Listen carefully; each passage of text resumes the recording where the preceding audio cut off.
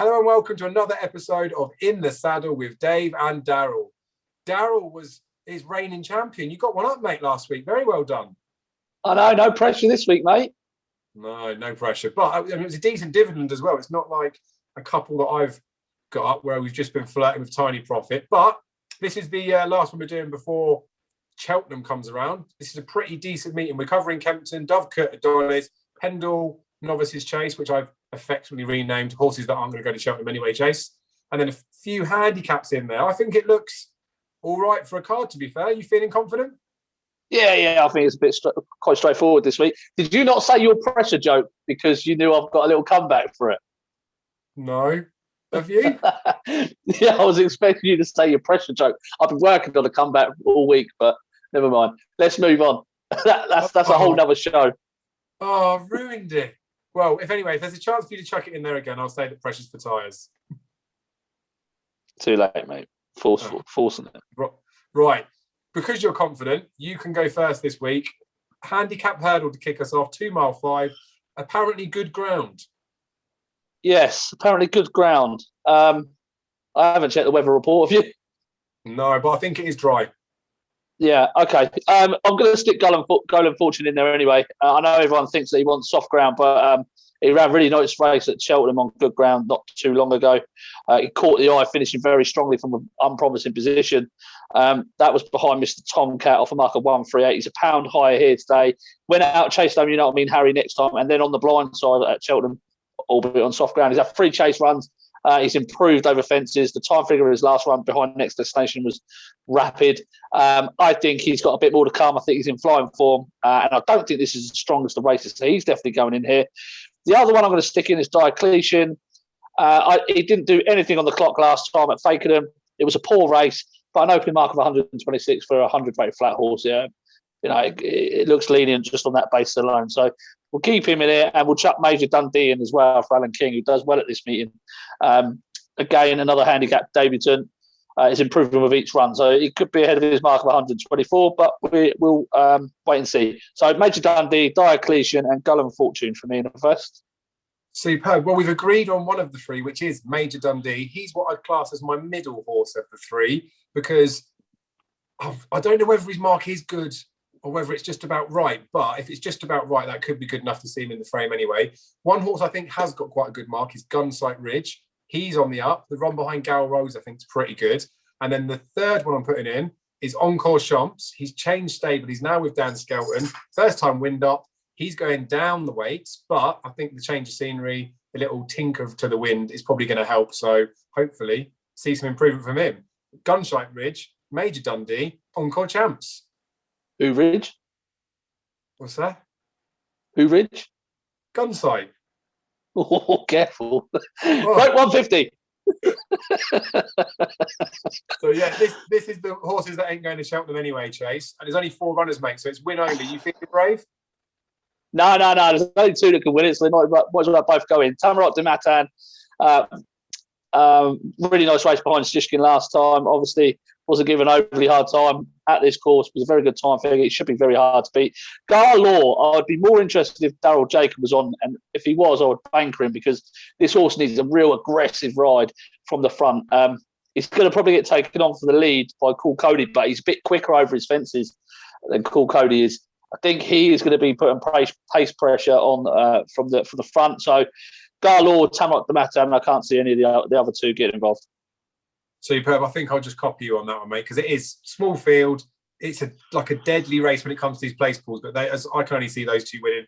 And I echo your thoughts as well. I think the pace part of it for GA Law probably does swing it in favour of Tamarot de Matan, but you never know in these small fields. Like if GA Law gets up there or Cool Cody makes a mistake, he might get things his own way. So the pair are in there for me too. We move on to another grade 2. Adonis Juvenile Hurdle, 9 runners in here, so there'll be 3 places up for grabs. I've been desperately looking to take on this Tritonic, so anything you think we can take it on with? No, I can't see him out of the 3 at all, so Tritonic's probably going to be the only one needed to go in here. This track might not suit him as well as Ascot did. That would be my slight concern, but I still, on the figures and everything, I can't have him out of the 3. So even if 2 do beat him, I'm still going through. So just the one line in there, Dave. That is Tritonic. Yep, I'm going to have to agree. Tritonic, I've been looking for horses to try and take him on with, and when you dig into the form, none of it really sticks out to say that they're going to be able to surpass what he's done so far. And I think he's going to improve from that last run on the going as well. The ground's going to probably suit him more than it would do for some of those I was looking to take him on with. So I've gone brave, mate. I'm also banker in Tritonic. So it's a Dave and Daryl first time ever Brucey banker. A double penalty. Has got the double penalty. It's got to be like a quad in it, because it's got the banker status as well. Another grade 2 though, mate. Me as a graded snob, I'm in my element over here. Dovecote Novices hurdle. I think this is very straightforward, but I'll let you go first. There's only 2 horses that can win this race. In my opinion, there's only 2 horses that can win this race. The first of those is the fantastic Athol Street, who we all know. Was really, really impressive twice at Taunton, ran good time figures, looked a work in progress, was very green, looked like he's got tons more to come. He is definitely worthy of his rating of 135. In fact, if he was in a handicap off that rating, I'd probably fancy him off that. So he is the rightful market leader. The only other horse that can win this, I think, is Cape Gentleman for Emmett Mullins. Really suspicious ride at Leopardstown. I don't know if it's suspicious because it was grade 1, but it was just held out the back of the field, didn't really get asked for any sort of effort, and then was pulled up without really being asked for a race. Time before that, he beat a horse called Petit Bonhomme at Punchestown. That horse ran 125, went close to winning next time out. He did it in a canter. So I think he is right up there in terms of what rating he's going to need to be involved here. And Emmett Mullins has only sent 1 horse over this season, I do believe, and that was a shunter who won the Greatwood. So he's a very, very shrewd operator, Emmett Mullins. So they're the only 2 I think can get involved. Could not have Kaliko for Dan Skelton. The others at the bottom of the market, they're going to need to improve a ton to win this. So it's them 2. And if you say any others, you're wrong. Simple as that. Well, good. The good thing is I'm not wrong, because I really fancy Athol Street here. Like, this would look on a weekend that's not notorious for me having a bet in it. I mean, maybe Fairy House on a Sunday. I really fancy this Athol Street, and I like the fact that there are a couple of other runners in here that sort of forcing the market. What street? Athol. You've got to go careful. You've got to go careful. You wait till you hear this back. Well, he's going in anyway. I'm not going to mention his name again, but I think he looks solid. And I'm definitely a conspiracy theorist, which is what I'll come on to with your second selection here in a moment. But Paul Nicholls is going to have an absolutely fantastic Aintree. This is the type of horse that I suspect to go very well in this race, skip Cheltenham, and I reckon he could dot up at Aintree as well. So I think he's a class above this lot. I am worried with Cape Gentleman, mate, that this is good ground 2 miles close to the festival. He's got Baddymore and Albert Bartlett entries. I wonder whether they've just sent him over here early for Cheltenham to give him a spin and let him settle down. But you are right. He's definitely got the ability. Absolute nonsense. Move on. Move on. Close Brothers Handicap Chase, grade 3. It's not the one that was at Cheltenham, but we're missing that already. This is quite a nice handicap. There's loads of names in here of horses that have disappointed us over the seasons. Who are you slubbing in this week? I've got 2 I do really like in here. Finger on the Switch, big price. In fact, I've just seen him now being backed in. Finger on the Switch. His mark's been dropped after 3 runs on soft ground. His last mark saw him go very close to OK Corral. He's down to his last that mark, 132, which he runs off today at Doncaster last year. He caught the eye lately at Sandown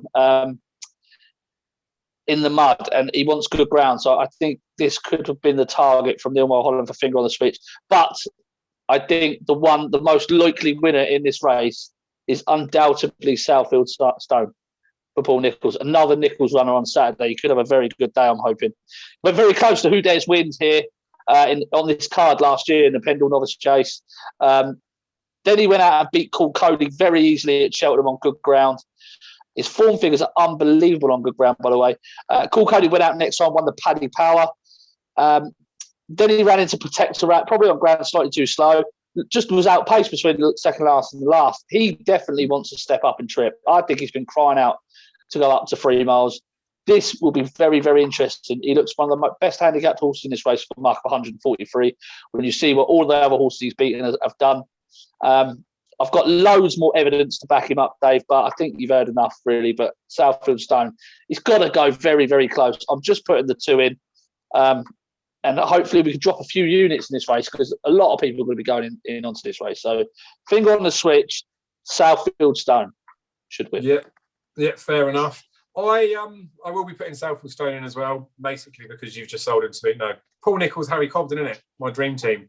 He's going in, but I'm going to put, there's 2 other ones I'm putting in here.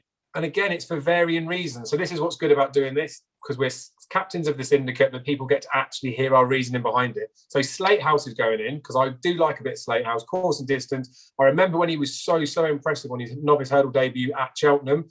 That came on good ground. And he hasn't raced on anything this quick, well, hopefully as quick as it's going to be, for a long, long time. So I think that will suit him. I think he's probably got a proper chance in it. The other one I'm putting in is for probably the wrong reasons, but just bear with me. Cap de Nord, I don't think is very well handicapped, but Royal Pagaille just keeps going and winning these races, keeps being spouted off as being a Gold Cup horse. And if Cap de Nord goes and wins on Saturday and everyone's saying, oh, look how great Royal Pagaille is, I don't want to have lost on the place pool because of that leg. So I'm just shoving him in out of spite. So Cap de Nord's in there as well. Southfield Stone and Slate out. I've given him a banker for the weekend. You've made a good case. And I actually have a really strong handicap fancy in the final leg. Do you want me to go first and give it to you, or are you still feeling brave? If you say Guy, I'm going to flip out. Go on. It's not. He's going on the slip because I banked him before, and he's had that little bit of a break now. So I'm hoping he still can run well off the mark, but he's not the one that I really fancy. The one that I really fancy is probably like Del Arca Mark II, and it's Eden de Who. Oh, for God's sake. I've been gagging and waiting. He's had loads of entries over the middle distance, and they haven't been taking him up. They've run him over 3 miles 3 times this season. Not once, not twice, but thrice over the wrong trip. I don't know why they're doing it to him. I don't know what they're trying to achieve out of it, but middle distance horse. Even at the beginning of the season, they started him off too high. He's a middle distance horse. I think he'll be fine on this type of ground. I mean, he's always run with a bit more give in there, but I think he's got the action and the ability to handle some good ground. I really like Eden de Who, and this is quite a nice little race that's in here. I fancy him quite strong. So Eden de Who's going in, and yeah, my guy's got to go as well. I mean, he's not called my guy; he's just called Guy for the graphic people. But I like him. Non-runner on suitable ground, Exeter, 22nd of October. Eden de Who on good ground. That was the last time. Plot job. Plot what? What is it? From a maiden hurdle up to a handicap chase that's worth what? $7,000. It was for future plot reference. They pulled him out back then. For now, for people like you to go against him. Is that what it is? Do you know what? He's probably got a good chance. To be fair, I don't know what they'd be. Oh, no! Don't take that. Don't take that.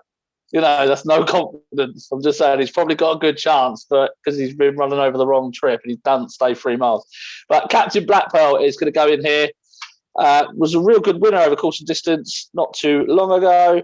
Off a mark of 114, he's up to a mark of 127, but he didn't really give his running at Doncaster for some strange reason. He's been given a little bit of a break, 78 days off. I just like the way he did things there. He's unexposed. This is not the strongest of races by any means. God, he's been in the tracker since that day, so been waiting for him to come back out. I'm going to stick him in. I'm going to stick a horse called No Hidden Charges in for Neil Mulholland. This horse is so frustrated. He's been waiting for good grounds, not been seen since the 10th of December after running at Taunton, dropped back in trip. Ran Bally home close at Market Raisin off a mark of 131. Wait, he was rated 131. It was in a novice chase, but mark of 125. Wind up tongue tied first time. He can't breathe or couldn't breathe. Can now. He should go close. So no hidden charges and Captain Black Pearl. If one of them is not in the 3, I'll be very disappointed. Beautiful. It's funny as well because this handicap chase is so compressed. There's £2 between top weight and bottom weight. So we need to find something that's a little bit unexposed or potentially something that's quite well in. Hopefully between the 4 selections we've spouted off there, we've got something right. That does wrap up this week's episode of In the Saddle with Dave and Daryl, though. So again, as per usual, you can join our syndicates if you agree. If you disagree, you can build your own. If you just want to support us just to be nice, you can do that. But Daryl's coming in here off of flying form, and they say you want to back a man in form, don't they? So go for Daryl. I'm feeling pretty confident, though. It does look like maybe a bit of a fiddly card in the fact that there's a couple of small fields. We've got those 2 in the 4-runner race, but this will be the last one we're doing before Cheltenham. Don't think we'll be doing previews for that. We'll be putting the syndicates up. We won't be doing the in the saddle scenario, I don't suspect. So we might as well sign it off with a winner this time, mightn't we, Daryl?